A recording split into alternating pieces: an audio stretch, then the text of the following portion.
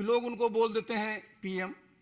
तो मैं इस बात को कहा था कि नीतीश बाबू अब पीएम थे, पीएम हैं और पीएम रहिएगा। जब भी उनके पास जाइए तो कहेंगे मैं बिल्कुल क्राइम के खिलाफ हूं, करप्शन के खिलाफ हूं। उनको सी शब्द से बड़ा प्रेम रहता है, लेकिन सी से चेयर भी होता है।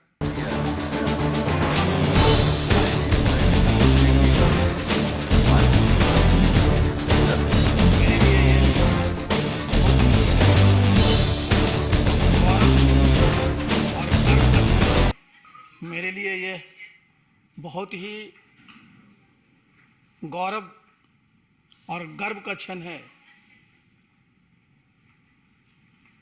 कि आज मैं भारतीय जनता पार्टी की सदस्यता ग्रहण किया हूं। इसके लिए सबसे पहले तो मैं माननीय प्रधानमंत्री जी को, पार्टी के राष्ट्रीय अध्यक्ष आदरणीय नड्डा जी को, गृह मंत्री आदरणीय अमित शाह जी को, और जिनके हाथों से आज मैंने सदस्यता ग्रहण किया, आदरणीय धर्मेंद्र प्रधान जी के प्रति आभार प्रकट करता हूं कि मुझे आज यहाँ उन्होंने सदस्यता ग्रहण करवाया। और मैंने इसलिए अपना बताया कि गौरव की बात है कि आज आप देखिए, विश्व की सबसे बड़ी आबादी का देश भारतवर्ष है, सबसे बड़ा लोकतंत्र भारतवर्ष है, और इस भारतवर्ष में सबसे बड़ी जो पॉलिटिकल पार्टी है, जो राजनीतिक दल है, वो भारतीय जनता दल है, भारतीय जनता पार्टी है। और इसकी सदस्यता ग्रहण करने में सचमुच अपने आप में एक गौरव महसूस होता है।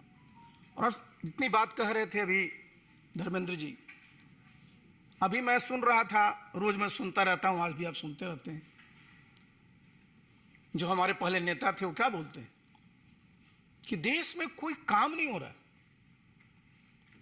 हमने कई बार उनको आईना दिखाने की कोशिश की कि अगर कोई काम नहीं हो रहा है तो नीतीश बाबू ये बताएं कि आज भारतवर्ष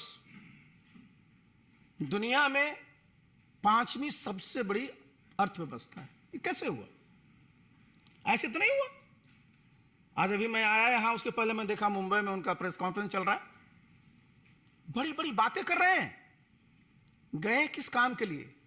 जरा सोचिए कि देश कहां चला गया और बिहार आज भी कहां। पहले क्या बात करते थे वो? जब भी उनके पास जाइए तो कहेंगे मैं बिल्कुल क्राइम के खिलाफ हूं, करप्शन के खिलाफ हूं। उनको सी शब्द से बड़ा प्रेम रहता है, लेकिन सी से चेयर भी होता है। तो कुर्सी के लिए ही आजकल सब काम में लगे। आप बिहार में चले जाइए साहब, बता रहे थे धर्मेंद्र जी, कितनी मेहनत की गई थी जब 2005 में सरकार बनी थी एनडीए की, किस प्रकार से वहां कानून का राज स्थापित किया गया था, किस प्रकार से सब व्यवस्था की गई थी। और आज बिहार में जाइए, सब तार कतार हो गया। 2005 से भी बुरी स्थिति होगी कैसे नहीं साहब? आप एक मुख्यमंत्री का नाम बता दीजिए पूरे देश में जो 3 दिन में 3 प्रदेश में है। एक दिन उड़ीसा में, दूसरे दिन झारखंड में, तीसरे दिन महाराष्ट्र में। किस काम के लिए है? बिहार की जनता ने उनको मैंडेट दिया था, बिहार को विकसित प्रदेश बनाएंगे, बिहार में जो बेरोजगारी है उसको खत्म करेंगे, बिहार के जो बेरोजगार नौजवान उनको नौकरी देंगे। और आप लगे हुए कहां हैं? कहते हैं साहब मैं तो सबकी एकजुटता कर रहा हूं, विपक्षी एकता कर रहा हूं। नीतीश बाबू, आप बार बार इतिहास की बात करते हैं, इतिहास भूलिए मत। हमेशा जब भी ये लोकसभा का चुनाव आता है, 2019 को याद कर लीजिए, उस समय भी साहब विपक्षी एकता की बात चली थी। 2019 में आप देखिए यूनाइटेड इंडिया करके रैली कितनी बड़ी बड़ी हुई थी। लेकिन आप क्या एकता करिएगा? आपका नेता कौन है? बिना नेता को एकता होता है क्या? नेतृत्व कौन करता है?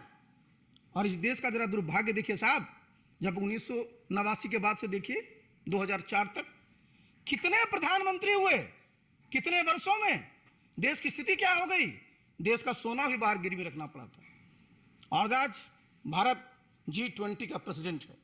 मैंने जैसे पहले भी कहा, 5वीं आर्थिक पावर है, और प्रधानमंत्री जी ने इस देश की एक पहचान दुनिया में दिया है। तो ये गौरव का सबके लिए विषय है। लेकिन किस काम में लगे हुए? बिहार को आगे नहीं ले जाना है, बल्कि जो मैं बार बार कहता हूं कि लोग उनको बोल देते हैं पीएम। तो मैं इस बात को कहा था कि नीतीश बाबू अब पीएम थे, पीएम है और पीएम रहिएगा। लेकिन पीएम का मतलब क्या होता है? पी मतलब पलटी, एम मतलब मार। पहचान क्या बनी है? बताइए साहब, कितने बार आपने विश्वासघात किया है? तो ऐसे साहब समाज का और देश का कल्याण नहीं होता है। तो मैंने इन सब चीजों के मद्देनजर मैंने तय किया कि मैं उस पार्टी का मैं राष्ट्रीय अध्यक्ष भी था। बिहार में उस पार्टी को मैंने गांव गांव तक पहुंचाया, जितने बूथ है वहां तक पहुंचाया। आज क्या स्थिति है? सब जितने कार्यकर्ता हैं सब हमसे पूछते हैं, सर कुछ निर्णय लीजिए। आज निर्णय हुआ है, आप देखिएगा बिहार में नीतीश बाबू का कुछ नहीं बचेगा जी। अपने रहेंगे, उनके राष्ट्रीय अध्यक्ष रहेंगे, और जिसको मैं भुंजा पार्टी कहता हूं वो रहेंगे। बाकी सारा का सारा बिहार चाहता है कि केंद्र में जिस प्रकार से आदरणीय नरेंद्र मोदी जी देश के गरीब लोगों के लिए काम कर रहे हैं, उसी प्रकार से बिहार में भी काम हो। अब वो बताते हैं कि साहब गरीबों को कोई काम नहीं होता। भाई प्रधानमंत्री किसान सम्मान निधि योजना में तो गांव में रहता हूं, इस्तीफा देने के बाद अपने गांव में रहता हूं। किसी समाज का हो, किसी धर्म का मानने वाला हो, सबके खाते में 6,000 रुपया जा रहा है कि नहीं जा रहा है? सबको महीने में प्रति व्यक्ति 5 किलो अनाज मिल रहा है कि नहीं मिल रहा है? ये क्या है नीतीश बाबू? ये साधारण उपलब्धि है। तो इसलिए साथियों, इन सब चीजों को देखते हुए मैंने सोचा कि जब आप फिर से वहीं पहुंच गए हैं, फिर से इनका क्या था? नीतीश बाबू का पूरा वजूद क्या था? इन्होंने संघर्ष के खिलाफ किया था, आरजेडी के खिलाफ, और आज उन्हीं गोद में बैठे हुए हैं और कह रहे हैं आजीवन वहीं रहना है। तो मेरे ऐसा व्यक्ति के पास आस्था क्या था? मैंने 6 अगस्त को इस्तीफा दिया था और आज 11 मई को मैंने भारतीय जनता पार्टी की सदस्यता ग्रहण की है। बस भगवान से मैं यही प्रार्थना करूंगा, मुझे ताकत दें और मैं पूरी अपने सामर्थ्य के साथ इस दल की, इस देश की और प्रदेश की सेवा कर सकूं। बहुत बहुत धन्यवाद। और आज जो इनका मामला था, जिसके बारे में जानते ही हैं, इनके साथ जो अन्याय हुआ था, अब जिस तरह से जो फैसला आज आ गया तो बहुत अच्छा हुआ है। अब तो इन्होंने खुद ही बता ही दिया है। और किसी भी प्रकार से, एक तो आश्चर्य की बात है कि पार्टी के नाम को कैसे कोई बदल सकता है। तो इन सब चीजों को लेकर के तो हम लोग सब दिन तो अपनी बात अपना इनके साथ हम लोग रही हैं, लेकिन अभी जो हम लोग आए हुए हैं उसका मकसद इन्होंने बता दिया। हम लोग चाहते हैं कि पूरे देश में अधिक से अधिक पार्टियां एकजुट हों और मिल करके हम लोग लड़ेंगे।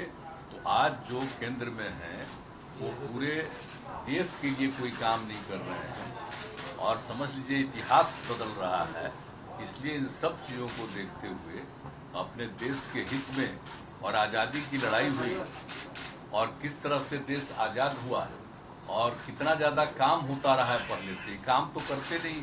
अब आप सब लोग मीडिया के साथी, हम आपका नमन करते हैं, आपके हम खिलाफ नहीं कुछ बोल सकते, लेकिन हम जानते हैं ना कि आप लोगों के ऊपर भी किस तरह से किया है कब्जा। कि कोई बात तो थोड़ा बहुत आप कह दीजिएगा, लेकिन ज्यादातर वो लोग अपनी तरफ से प्रचार करवा रहे हैं। काम क्या कर रहे हैं देश में बताइए? कहीं कोई काम हो रहा? और अलग अलग राज्यों में दूसरे पार्टी के लोगों ने जो काम किया है उसके बारे में तो उतना चर्चा भी नहीं होता है। तो इसीलिए देश के हित में जरूरी है कि भाई देश आगे बढ़े और आपस में किसी तरह का विवाद नहीं होना चाहिए। कोशिश क्या हो रही है? समाज में एक तरह का विवाद पैदा हो, और ये नहीं होना चाहिए। सब में एकता, हिंदू मुस्लिम कोई भी जाति के हों, सब में कोई विवाद नहीं होना चाहिए, एकता रहनी चाहिए। तो हम लोग तो यही चाहते हैं कि ज्यादा से ज्यादा पार्टियां एक साथ मिल करके काम करेंगी। और इस बीच में बहुत लोगों से बातचीत हो गई है। आज तो इनसे ऐसे हमारी बातचीत हम लोगों की होती रहती है, आई है, आज भी बात करेंगे। अब इसके बाद ये तय होगा कि कब मीटिंग सब लोगों की होनी। तो अभी तो एक राउंड आप जानते ही हैं, पिछले महीने भी हम लोगों ने बातचीत किया, और जिस तरह से बातचीत हुई है अनेक पार्टियों से, बहुत लोगों से बहुत अच्छी बातचीत हो गई है। अब उसके बाद आगे जो करना होगा वो हम लोग करेंगे। लेकिन अभी तो आए हैं, बस यही मकसद है इनका और हम लोगों का विचार तो एक ही है ना, भाई देश के हित में काम करेंगे। कोई तरह से जो हमारा पुराना इतिहास है देश का, उसको बिल्कुल कायम रखेंगे